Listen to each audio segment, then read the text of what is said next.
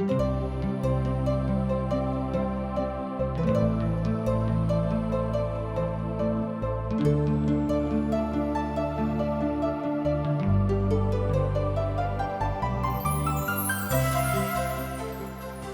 शास्त्र लोकों के बीच परमेश्वर के मूल काज के विषय में बताबैत अछि जे परमेश्वर के विषय में जनबा के लेल यह आवश्यक अछि।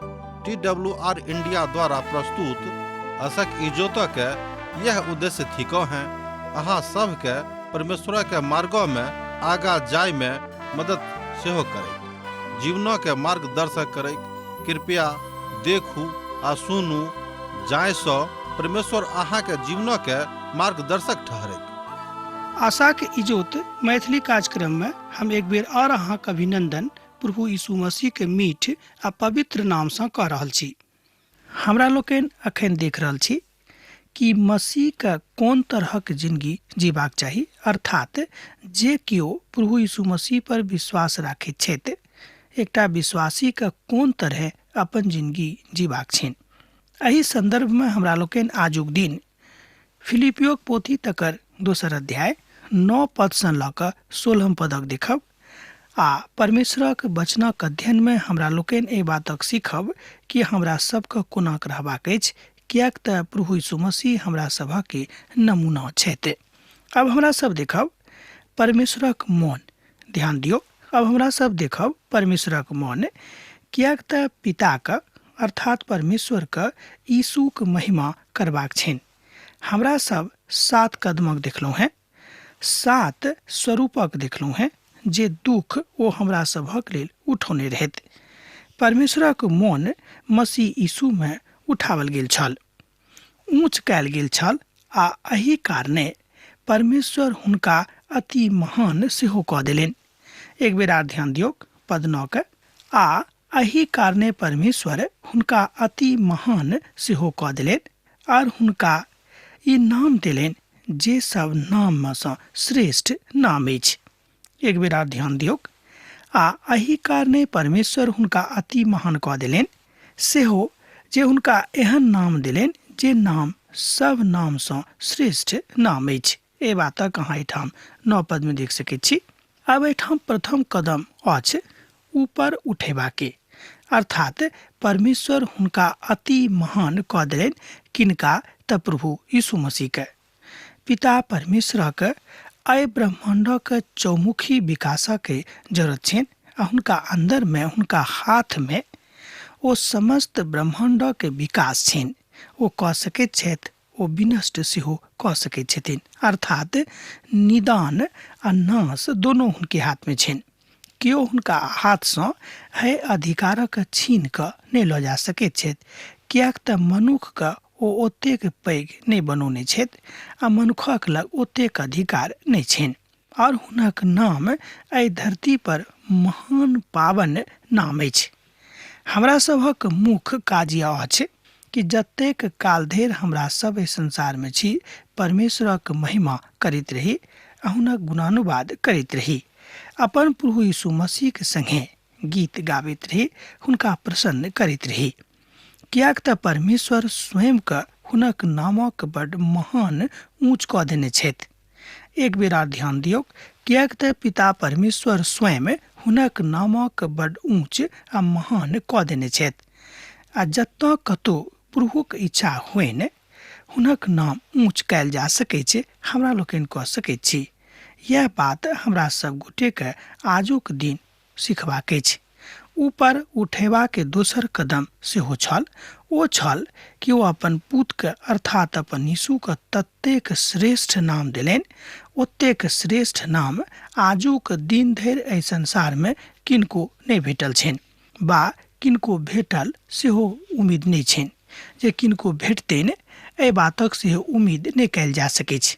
ई बात स्पष्ट अछि कि पिता परमेश्वर यीशु के छोड़ि कऽ आर किनको एहि नामक लऽ कऽ अर्थात अपन पुतक नाम सँ बेसी ऊपर नाम नहि देथिन, हुनका से बेसी आर केकरो महिमा ओ नहि करथिन। एहि बातक एहिठाम स्पष्ट भेल अछि। एहि बातक अहाँ एहिठाम देखै छी जे स्पष्ट कयल गेल अछि। यीशु के नाम अनेरे लेबाक आवश्यकता नहि अछि। ध्यान दियौ, यीशु के नाम जे महान नाम अछि, सर्वश्रेष्ठ नाम अछि, अति पावन नाम अछि, अति पावनतम नाम अछि। एहि नामक अनेरे लेबाक आवश्यकता नहि अछि। परमेश्वर चाहैत छथि जे हुनक नामक बड़ ऊंच कयल जायक, अर्थात हुनक नामक बड़ आदर के साथ, बड़ श्रद्धा के साथ, बड़ भक्ति के साथ लेवल जायक। अनेरे प्रभु यीशु मसीह के नाम नहि लेबाक चाही, कियाक तऽ जँ मोन में आदर नहीं अछि, जँ मोन में हुनका प्रति श्रद्धा नहीं अछि, जँ मोन में हुनका प्रति अनुग्रह नहीं अछि, जँ मोन में हुनका प्रति कोनो तरहक अनुनय विनय नहीं अछि, तऽ हुनक नाम अनेरे नहीं लेबाक चाही। स्वीकार करू कि हम अब आजुक दिन से अनेरे प्रभु यीशु मसीह के नाम नहीं लेब। भक्तजन का हम सेहो कहैत छियनि कि जहन अहाँ प्रभु यीशु मसीह के नाम लैत छी, विश्वासी हम सेहो बाजैत छियनि कि जँ अहाँ प्रभु यीशु मसीह के नाम लैत छी तऽ बड़ आदर के साथ, बड़ भक्ति के साथ, बड़ अनुनय विनय के साथ हुनक नामक लेबाक आवश्यकता अछि। कियाक तऽ पिता परमेश्वर स्वयं हुनक नामक ततेक ऊंच कऽ देने छथि जे ओहिसँ ऊंच, ओहिसँ पवित्र आर दोसर कोनो नाम नहि भऽ सकैत छै।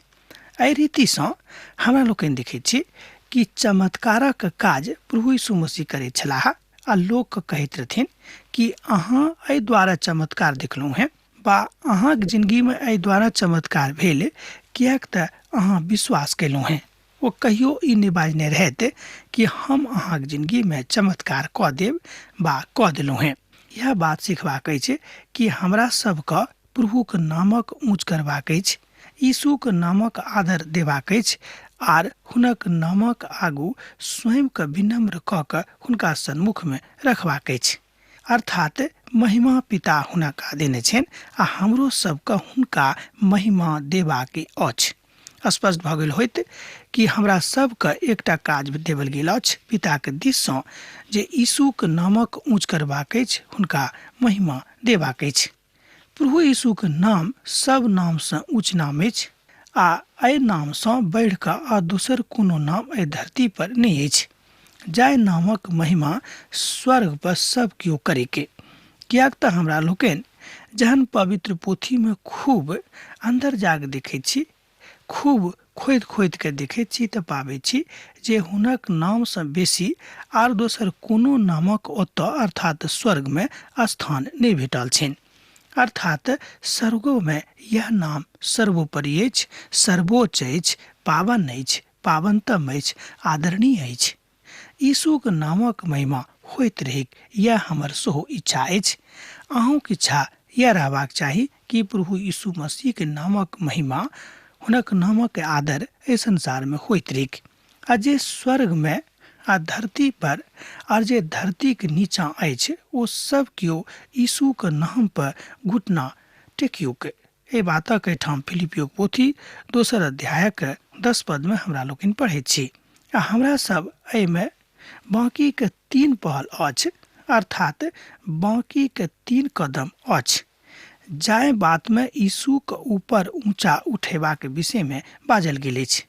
अर्थात एकटा विश्वासी के यह काज छनि कि यीशु के नामक ऊपर उठाबेक, यीशु के संगे चलेक, हुनका संगे रहेक और अपन जिंदगी प्रभु यीशु के संगे रहि कऽ बसर करेक। आ जे तेसर कदम अछि ओ अछि यीशु के नाम सब नामसँ ऊपर अछि। यीशु के अर्थ अछि उद्धारकर्ता। हुनक जन्मसँ पूर्व यरूशलेममे स्वर्गदूत चाहैत छथि जे हुनक नाम उद्धार दिअवला नाम अछि। यीशुक नाम उद्धार दिअवला एकमात्र नाम अछि। एहि बातक अहाँ देख सकैत छी मत्ती के रचल सुसमाचार 1 अध्याय के 21 पद में, आ तकरा बाद मत्ती के रचल सुसमाचार तकर 1 अध्याय के 22 आ 23 पद में। एहि बातक ओतऽ बड़ स्पष्ट चित्रण प्रस्तुत कयल गेल अछि। ओ पुतक जन्म देती और हुनक नाम अहाँ यीशु राखब, कियाक तऽ ओ अपन लोकक हुनक पापसँ उद्धार करौताह। एहि बातक अहाँ एहिठाम देख सकैत छी मत्ती के रचल सुसमाचार 1 अध्याय के 21 पद में। जँ अहाँक लग पवित्र पोथी बाइबिल अछि तऽ अहाँ देख सकैत छी। आगाँ मत्ती के रचल सुसमाचार तकर 1 अध्याय के 22 पद एहि तरह कहैत अछि, ई सब किछ एहि द्वारा भेल जे जाय वचनक प्रभु भविष्यवक्ताक द्वारा बाजने रहते वो पूरा भ जायक। एक बेर आर देखियो हमरा संगे मत्तीक रचल सुसमाचार 1 अध्याय के 22 पद। ई सब किछ एहि द्वारा भेल जे जाय वचनक प्रभु भविष्यवक्ताक द्वारा बाजने रहते वो पूरा भ जायक। आगाँ 23 पद में एहि तरह लिखल गेल अछि, देखियो एकटा कुमार गर्भवती होती आर ओ पुतक जन्म देती ही आर हुनक नाम इमानुएल राखल जायत, जकर अर्थ ई अछि परमेश्वर हमरा संगे छथि। एहि तरह हमरा लोकनि देखलहुँ हैं कि प्रभु यीशु मसीह के जन्म भेलाक साथे साथ प्रभु यीशु मसीह हमरा संगे छथि, परमेश्वर हमरा संगे छथि, उद्धारकर्ता हमरा संगे छथि पूर्ण भ जाइ छै। एहि तरह हमरा लोकनि देखैत छी कि मनुष्य जाति के ऊपर परमेश्वर के महान उपकार छनि, अखनो छनि, मुदा हमरा लोकनि हुनक नामक ओतेक महत्व नहि दैत छी, हुनक काजक ओतेक नहि बुझैत छी। ताहि दुआरे हमरा लोकनि अपन जिंदगी में दिन प्रतिदिन खसल जा रहल छी। कि अहाँ कतौ हुनक नामक इमानुएल लिखल बता सकलहुँ हैं पवित्र पोथी में? आ जहन हमरा सब में प्रवेश कयने छथि तहन हमरा लोकनि बाजि सकैत छी कि प्रभु यीशु मसीह हमरा सभक जिंदगी में प्रवेश कऽ गेल छथि, किएक तऽ हमरा सब अब हुनका अपन उद्धारकर्ता के रूप में ग्रहण कऽ लेने छी। तहन जिंदगी के समस्या अब हम हुनका दऽ देबनि, हम अपन जिंदगी के सबटा बात अब हुनका चरण में राखि देबनि, तहन ओ हमर सबटा समस्या के दूर कऽ सकैत छथि। ओ हमरा अपन अनंत शांति दऽ देने छथि। जिंदगी में समस्या आयत, जिंदगी सँ समस्या जायत, ई जिंदगी के एकटा प्रक्रिया थिक। एहि प्रक्रिया के अहाँ नहि रोकि सकलहुँ हैं, किएक तऽ एहि संसारक ई नियम थिक। जन्म लेलाक बाद हमरा सभक जिंदगी में तरह तरहक समस्या आबैत अछि, आ जाबे धरि हमरा सब एहि संसार सँ विदा नहि होइत छी ताबे धरि तरह तरहक समस्या आ तकर समाधान हमरा लोकनि खोजबीन करैत रहैत छी कि एहि समस्याक समाधान की अछि, ई समस्या किएक हमरा जिंदगी में आबि गेल, तरह तरहक बात। मुदा स्वर्ग सँ जे नाम अहाँके बीच में अछि, यीशुक नाम, एक बेर आर ध्यान दियौ, स्वर्ग सँ जे नाम अहाँके बीच में अछि, यीशुक नाम अहाँके समस्या के दूर कऽ सकैत छथि। यीशुक नाम एकटा एहन नाम अछि जे मात्र वएह नाम एहन नाम अछि जे अहाँके समस्या के दूर कऽ सकैत छथि, किएक तऽ ओ मनुष्य जाति सँ ओ अहाँ सँ खूब नेह लगौने छथि, ओ अहाँ सँ खूब प्रेम करैत छथि। हुनका सँ बढ़ि कऽ आ दोसर केओ अहाँ सँ प्रेम नहि कऽ सकैत छथिन। अहाँ वा हम 4 बातक जानै छी जे ओ आर हम अहाँ एके ठामक थिकौ हैं, अर्थात हमरा सभक अब एके ठाम रहबाक अछि जँ हमरा सब प्रभु यीशु मसीह के उद्धारकर्ता के रूप में ग्रहण कऽ कऽ एहिठाम सँ विदा होयब आ विश्वास में आखिरी घड़ी तक, आखिरी सांस धरि जँ रहब। आर केओ दोसर जाति वा आर दोसर कोनो बात अहाँके ओतऽ नहि लऽ जा सकैत अछि। एहिठाम जे शब्द हम देलहुँ हैं ई सुनि कऽ अहाँ तमसायब नहि। एहिठाम बाजल गेल अछि कि संसारक एहन कोनो प्रजाति, संसारक एहन आर दोसर कोनो बात मनुष्य के उद्धार नहि दऽ सकैत अछि। मनुष्य के मात्र उद्धार प्रभु यीशु मसीह दऽ सकैत छथि, जे ओहि संसार में स्वयं के शून्य कऽ कऽ एहिठाम आयल रहथिन, अर्थात पिता परमेश्वर स्वयं का शून्य कऽ कऽ एहि संसार में प्रभु यीशु मसीह के रूप में मनुष्य जाति के बीच में विराजमान छलाह। एखनो पवित्र आत्मा हमरा सभक सहायता करैत छथि, किएक तऽ जहन पिता परमेश्वरक पुत्र, एकलौता पुत्र प्रभु यीशु मसीह संसार सँ विदा हुअ लगलाह तो बाजलखिन कि हम अहाँके लेल एकटा सहायक पठा रहल छी जे सैद घड़ी अहाँके सहायता करैत रहता, हुनका सँ पुकारियौ। जँ अहाँ हमरा सँ पुकारब तो अहाँके सुनत, जँ हमरा कहबै तो अहाँके सुनत, जँ हमरा सँ मांगबै तो अहाँके देत। अर्थात पवित्र आत्मा सैद घड़ी अहाँके सहायतार्थे संसार में छथि, ओ विराजमान कऽ रहल छथि, ओ घुरि फिर रहल छथि। एहि तरह अहाँ बाजि सकैत छी कि परोक्ष रूप में पवित्र आत्मा परमेश्वरक ओ स्वरूप थिक जे स्वरूप मनुष्य के सहायता करबाक लेल एहिठाम एहि धरती पर विचरण कऽ रहल अछि। दोसर गप में पवित्र आत्मा परमेश्वरक ओ आत्मा थिक जे मनुष्य के सहायता करैत छथि, अर्थात ओ परमेश्वर छथि।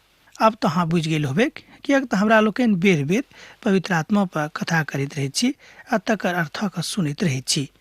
किएक तऽ वएह छथि जे ओ इमानुएल छलाह, अर्थात परमेश्वर हमरा संगे छथि। एहि शब्दक अर्थ इएह होइत अछि। और अपन बातक बड़ नीक रीतिसँ ओ बाजैत छथि, ओ बताबैत छथि। ओ यीशु थिकाह और दोसर केओ नहि छथि। प्रभु यीशु मसीह कहैत छथिन जे अब हम अपन हुनक नामक ऊँचा करबाक लेल, अर्थात पिताक नामक ऊँच करबाक लेल एहिठाम पठाओल गेलहुँ हैं, आर हम हुनके काज कऽ रहल छी आ हुनके काज करैत रहब। जे नाम हुनका देवल गेलनि, जे नाम प्रभु यीशु मसीहके देवल गेल रहनि, आ जाय नामक कारणे एहि धरती परक जे अन्हार रहैक दूर भऽ गेलैक, एहि धरती परक जतेक पाप छलैक हुनक नामसँ दूर भऽ गेलैक। एखनो वएह सामर्थ्य प्रभु यीशु मसीहके नाममे अछि, अर्थात हुनक नामसँ बढ़ि कऽ आर दोसर कोनो नाम नहि अछि। आर अब हमरा सब हुनक ऊपर उठेबाक लेल एहि बातक देखैत छी। 5म पदक हमरा लोकनि देखब, अर्थात प्रभु यीशु मसीह के 5म बातक देखब, जाय बातक लऽ कऽ ओ एहिठाम सिद्ध कऽ देलनि कि एहि धरती परक ऊपर, अर्थात एहि धरतीक ऊपर आर दोसर कोनो नाम नहि अछि जे नाम मनुष्य जातिक उद्धार दऽ सकैत छै। प्रेरितक काज तकर 4 अध्याय आ तकर 12 पद सेहो एहि बातक स्पष्ट करैत अछि। धरती परक चीज वस्त्र या अछि हुनक नामक ऊँच उठेबाक जरूरत अछि। एहि धरती परक चीज वस्त्र देख कऽ, एहि धरती परक चकचकौआ देख कऽ, एहि धरती परक झकझकौआ देख कऽ, एहि धरती परक दोसर गोटेक खूब नीक नीक बातक देख कऽ अहाँके मोनमे लागत कि ओ बात कतेक नीक अछि। कालांतरमे जँ अहाँ ओहि वस्तुके, ओहि चीज वस्त्रके अहाँ उल्लेख करबेक, विश्लेषण करबेक तऽ पाएब कि ओ ऊपरसँ तऽ बड़ नीक लागैत अछि, मुदा ओहिके अन्तरमे कोनो नीक वस्तु नहि थिक।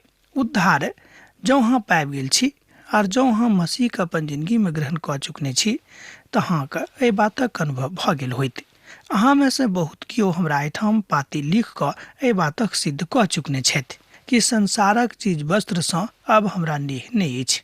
संग्रहित कऽ कऽ एहि बातक हमरा सब गोटेके सिखबाक अछि जे मसीहमे वह बात आजुक दिन धरि वृत्तांतित भऽ कऽ हमरा सभक सन्मुखमे अछि।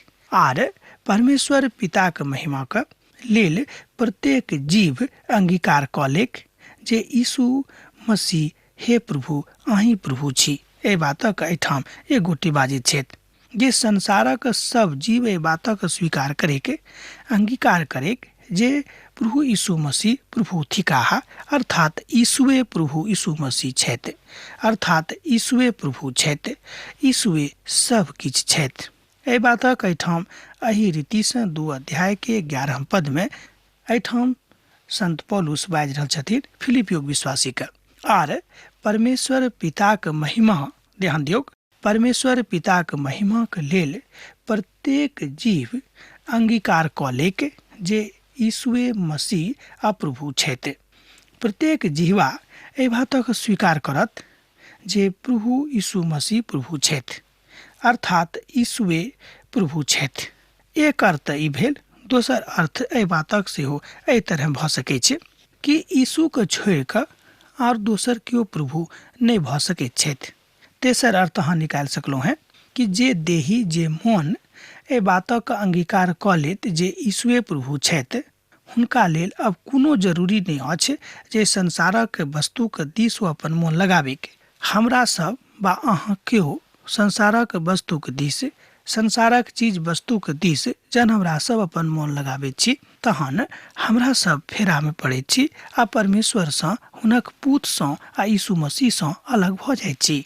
स्वीकार करता अर्थात यीशुके वह प्रेम जे मानव मात्रक लेल खाली थिक, प्रभुके मौन आ वचन आ कर्मक साथ जँ अहाँ लागल छी तऽ अहाँके फर्क कऽ देत। दोसर गपमे मनसा, वाचा आ कर्मणा तीनों रूपे जहन हमरा लोकनि प्रभु यीशु मसीहके अध्ययन करैत छी, जँ हमरा लोकनि प्रभु यीशु मसीहसँ नेह राखैत छी, जँ हमरा लोकनि हुनक वचनसँ प्रेम करैत छी, जँ हमरा सब हुनक वचनक अध्ययन करैत छी तऽ शैतान जरूर कोशिश करत, एहि फिराकमे रहत कि अहाँके कमजोर कऽ देक, और अहाँ के जिंदगी में तरह तरह को ताड़ना आन कर अहाँ के कमजोर करवा के प्रयास करता है। हम एक बात कहब कि प्रभु यीशु मसीह में जे केओ छथि हुनका एहि बातक ज्ञान जरूर रहबाक चाही, एहि बातक लेल सावधान सेहो रखबाक चाही कि हम अब अपन प्रभु के महिमा से स्वयं के अलग नहीं करबेक, कियाक ने कोनो तरहक तकलीफ हमरा सभक जिंदगी में आबेक। आ यह बात अहाँ के अपन जीवा के सिखेबाक छै, हमरो सिखेबाक छै कि प्रभु के बड़ाई छोड़ कर आर दोसर कोनो संसारिक वस्तु के बड़ाई हमरा लोग नहीं करब। ई बात हृदय से स्वीकार करबाक छै। मत्ती के रचल सुसमाचार तकर 7 अध्याय आ तकरा बाद 21 से ल क 23 अध्याय में एहि बातक स्पष्ट कयल गेल अछि। जँ अहाँ पढ़बेक तऽ पाएब एहि बातक और आगाँ बतायल गेल अछि। मत्ती के रचल सुसमाचार तकर 7 अध्याय 21 पद से ल क 23 पद में।